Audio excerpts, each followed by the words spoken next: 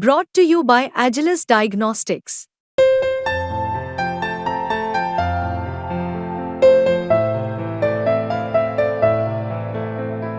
Agilus Diagnostics.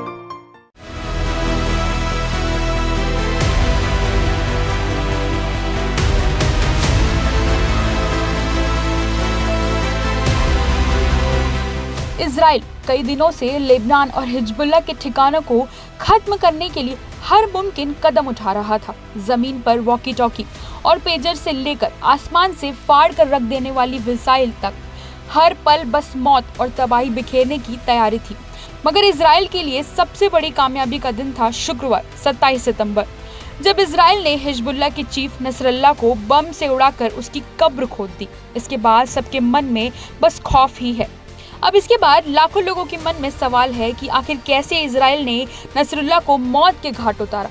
बता दें कि 27 सितंबर 2024 को इजरायली वायुसेना की 59वीं स्क्वाड्रन ने F-15I फाइटर जेट से बेरूत पर ताबड़तोड़ हमला किया।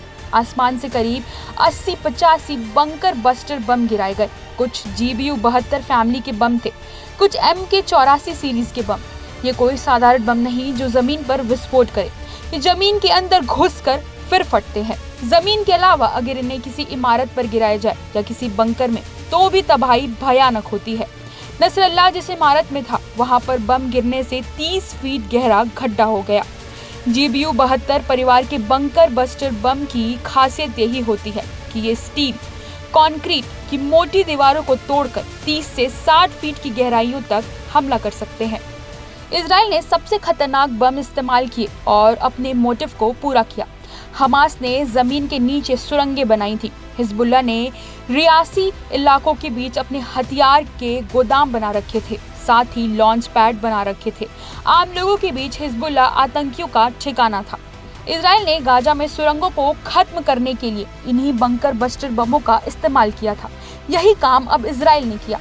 बताया जा रहा है कि हसन नसरल्लाह जिस इमारत में था, उसके आसपास के ब्लॉक में इजराइल ने 80 से 85 बंकर बस्टर बम गिराए।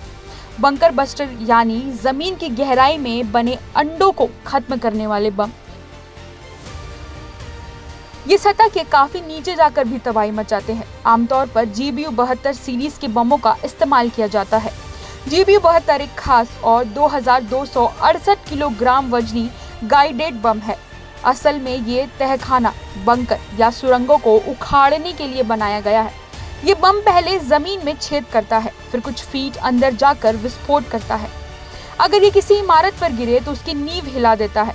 बंकर बस्टर बम बेहद ताकतवर और भयावह हथियार होते हैं। ये बम जमीन के अंदर तेजी से जाते हैं, अंदर पहुंचने के बाद विस्फोट करते हैं, यानी ये जमीन में गड्ढे कर देते हैं, फिर कुछ फीट अंदर जाकर विस्फोट करते हैं। ये कंक्रीट से बनी नींव, बंकर या सुरंगों को उड़ा सकते हैं।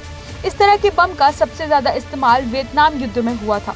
इन बमों की नाक कुछ खास तरीके से बनाई जाती है ताकि ये अपने वजन और ग्रेविटी का फायदा लेकर तेज स्पीड से जमीन के अंदर चले जाएं। इसके बाद ये फटते हैं। बता दें कि इसका दूसरा वर्जन भी है। इसमें 2 चार्ज होते हैं। पहला छोटा होता है जो टारगेट पर छेद करता है, दूसरा बड़ा हिस्सा अंदर जाकर भयानक विस्फोट करता है। इजराइल ईरान में बनी आतंकी सुरंगों को खत्म करना चाहता था, इसलिए वो अमेरिका में बनने वाले GBU-72 बमों की मांग कर रहा है। पहली बार उसने साल 2021 में अमेरिका से GBU-72 बम के सबसे आधुनिक वर्जन को देने की अपील की थी। ये बम इस समय दुनिया का सबसे आधुनिक बंकर बस्टर है। GBU-72 बंकर बस्टर बम साधारण जमीन में 100 फीट और कंक्रीट की फर्श पर 20 फीट गहरा गड्ढा कर सकता है। ये टक्कर के बाद छेद करता है, गहराई में जाने के बाद विस्फोट करता है। इसके बाद इससे इतनी तेज शॉकवेव निकलती है कि इसके रास्ते में आने वाली कोई भी वस्तु वो शॉकवेव नहीं बर्दाश्त कर पाती, इसलिए टारगेट के आसपास की इमारतें भी गिर जाती हैं या फिर क्षतिग्रस्त हो जाती हैं।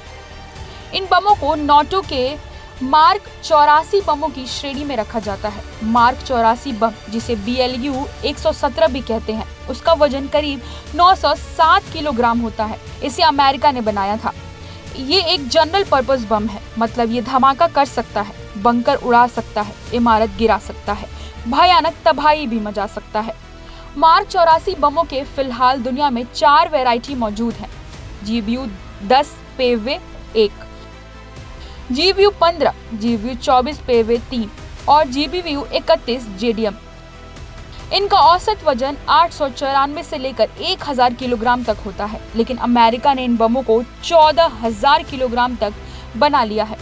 वो बड़ी इमारतों या हथियार डिपो को नष्ट करने के लिए इस्तेमाल होते हैं। अक्सर इन बमों के पीछे की तरफ रिटार्ड पैराशूट या पॉप आउट फिन्स होते हैं, जो आसमान से गिरते समय बम की गति को धीमा करते हैं, ताकि इसे गिराने वाले फाइटर जेट या विमान को बम की रेंज से दूर जाने का मौका मिल जाए।